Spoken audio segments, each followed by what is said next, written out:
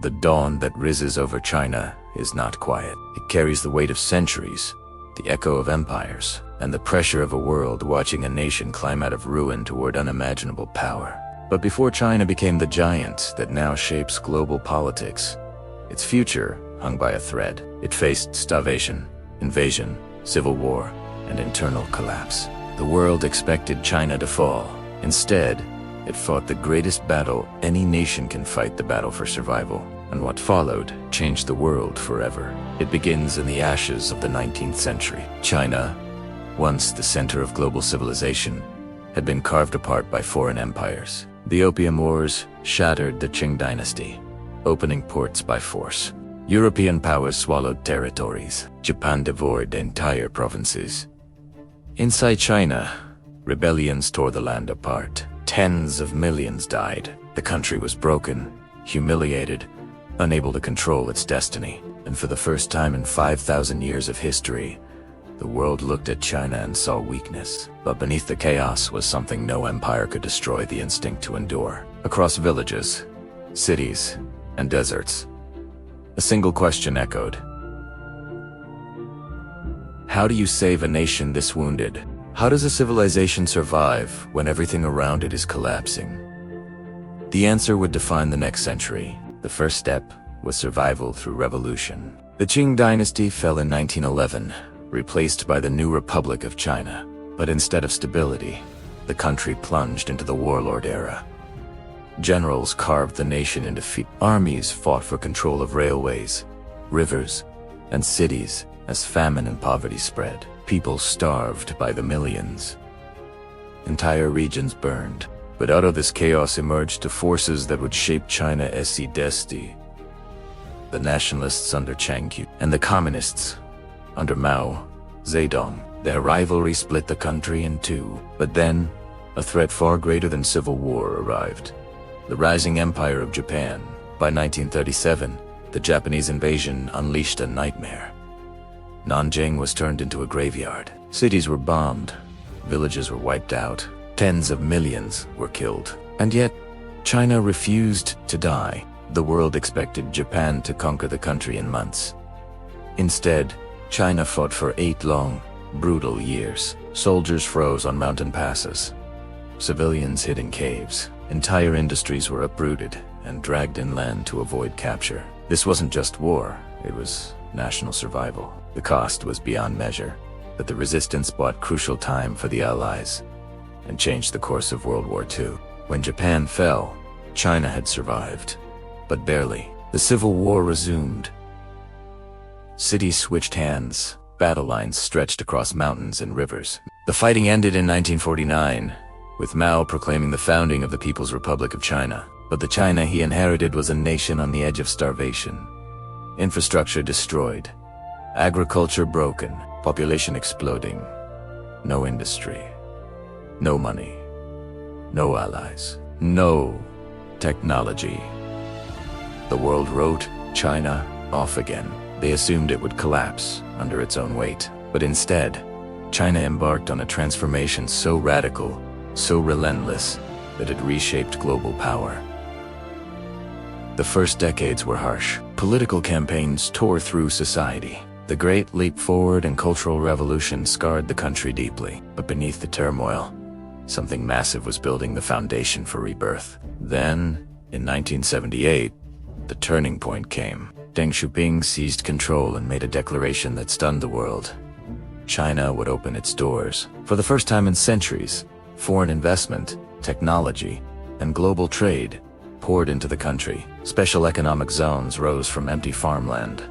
Megacities began to grow. Hundreds of millions were lifted out of poverty. Railways, highways, and factories spread across the landscape. The world had never seen economic growth at this scale.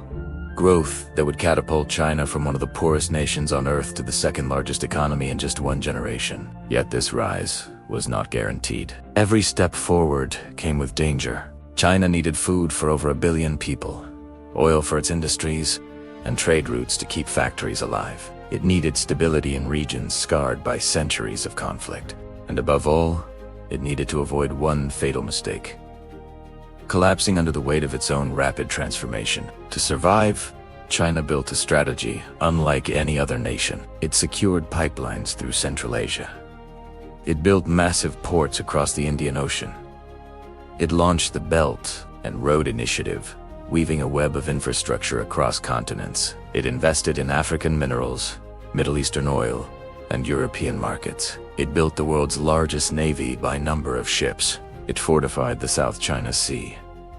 It pushed technology, AI, quantum computing, space exploration, all with a single goal: never again be vulnerable, never again be carved apart, never again bow to foreign powers. But every rise creates fear. China's growing power challenged global dominance. Tensions ignited with the United States. Trade wars erupted. Tariffs, blacklists, sanctions, each side pushing, testing, measuring the other's resolve. Old rivalries were reborn in the Pacific. Nations were forced to choose sides. The possibility of confrontation crept closer each year. The world entered a new era, not of open warfare, but of economic pressure, cyber conflict, and geopolitical chess. Inside China, pressure mounted. A rising middle class demanded stability and prosperity. Provinces struggled with inequality. Factories moved overseas. Demographic crises loomed. China had risen, but could it stay standing? Could it survive the pushback from global powers, the internal challenges, the weight of 1.4 billion lives depending on its success? The answer once again would come from the same instinct that carried China through centuries of disaster: survival. China adapted, shifted, reinvented itself. It pushed into green energy, electric vehicles, robotics, semiconductors. It built the world's fastest trains, the largest high-speed rail network, and some of the most advanced cities on the planet. It became a world leader in manufacturing, infrastructure, and technology, and quietly, steadily, it prepared for a future in which global power would no longer be decided by armies alone, but by supply chains, resources, technology, and economic dominance. Yet no matter how powerful China becomes, its rise is still shaped by the same memory: the memory of humiliation, collapse, invasion, and near destruction. A memory that whispers one lesson: only strength ensures survival. The battle for China's future is far from over. Its economy faces new challenges. Its relations with the world grow more tense. But its direction is unmistakable. The rise was not an accident. It was a response to centuries of crisis, and its momentum has already reshaped the world. The question now is no longer whether China will rise, but how the world will adapt to a China that refused to die, a China that rebuilt itself from ruins, a China that believes survival is not a choice, but a destiny. Because the battle that changed the world was not fought on a single battlefield. It was fought over centuries, across dynasties, wars, revolutions, and rebirth. And it is still being fought today, in boardrooms, in seas, in markets, in treaties, in technologies, and in the ambitions of a nation determined to shape the century ahead. In the dying years of the 19th century, China stood at the edge of collapse. Famine, drought, corruption, invasions, each blow pushed the ancient empire closer toward the abyss. Foreign powers carved up Chinese territory like vultures feasting on a dying beast. Japan seized Korea and Taiwan. Russia claimed Manchuria. Britain, France, and Germany forced humiliating treaties, seizing ports, imposing tariffs, demanding rights on Chinese soil. The once mighty Middle Kingdom was now treated as a carcass waiting to be divided. And inside its borders, rebellion after rebellion erupted like open wounds. The Boxer Uprising had left cities burning, millions dead, and the world convinced China would never rise again. The Qing dynasty, exhausted and rotting from within, clung to power with shaking hands. Yet in the shadows of this chaos, a new force was gathering young Chinese who refused to accept extinction. They looked outward and saw the world changing at lightning speed. Railways, rifles, industrial empires, modern power. They knew China had only two choices: adapt or die. That realization sparked a revolution. In 1911, the Qing dynasty fell. The imperial system that had ruled China for over 2,000 years collapsed almost overnight. But the fall of the old empire did not bring pro warlords, chaos, and a new battle for survival. Across the fractured nation, generals carved out territories, raising armies, issuing their own laws, fighting for land and glory. China became a mosaic of rival armies with no central power. Famine stalked the countryside.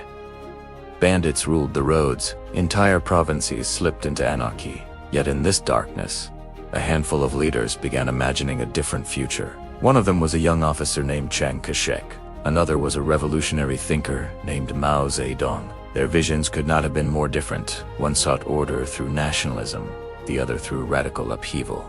Their inevitable clash would determine the future of the nation. But before their struggle could unfold, an even greater threat loomed over China-Japan. While China was drowning in internal conflict, Japan was marching toward empire. Its armies were modern, disciplined, and ambitious. They had already defeated China once in 1895.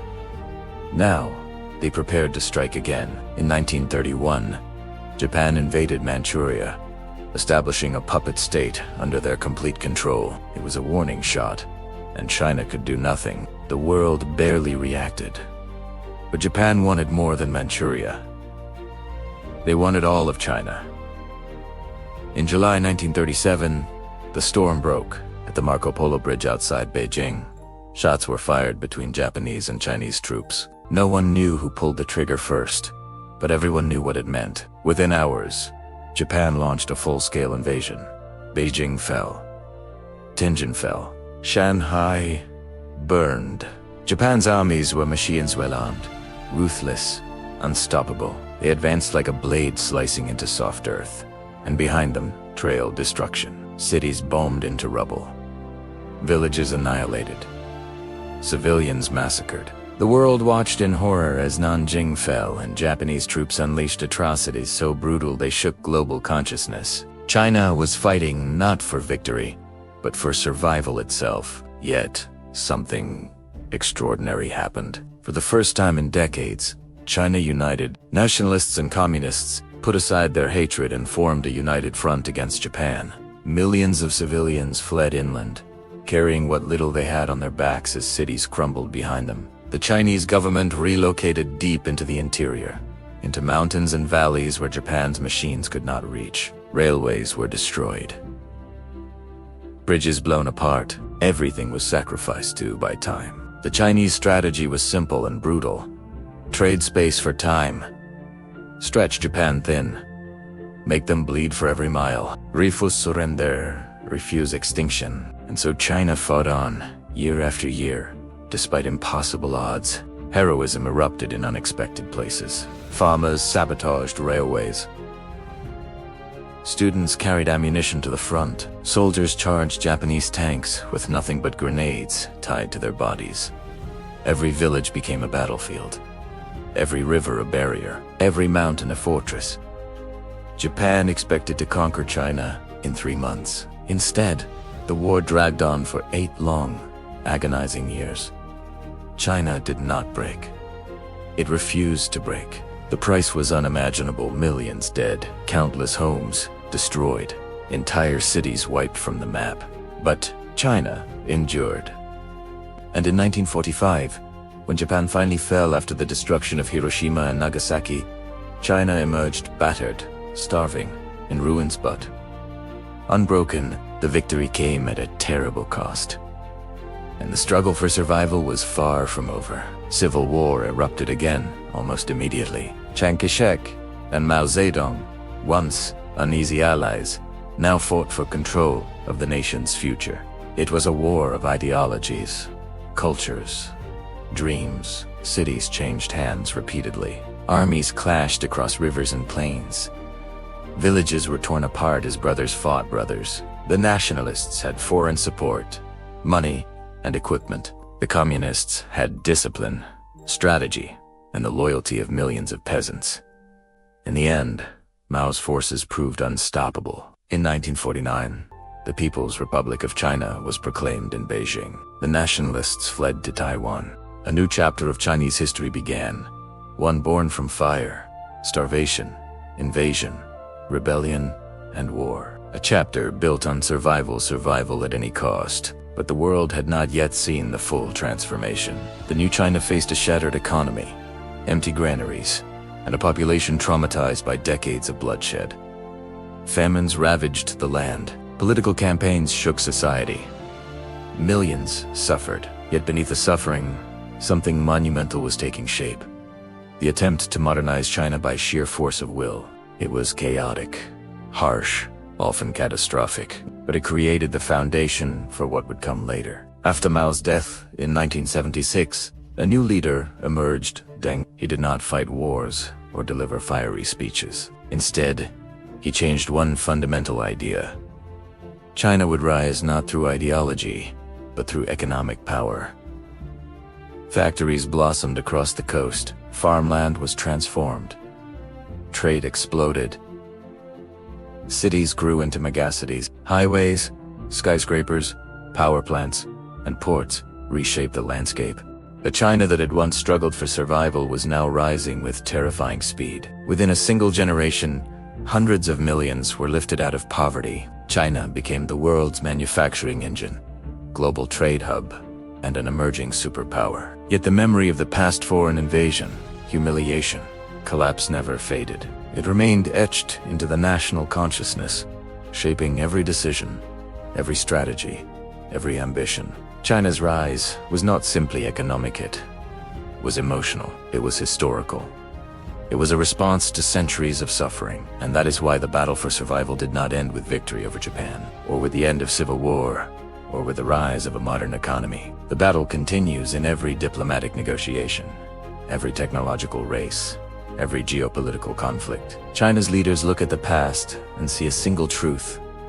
The world respects strength, and the weak are devoured. And so China pushes forward, expanding its influence, strengthening its military, reaching for the future with relentless determination. The rise of China is not just a story of power and ambition. It is a story written with blood, sacrifice, and the desperate will to survive against impossible odds. It is the journey of a civilization that stood on the brink of extinction more than once and refused every attempt to destroy it.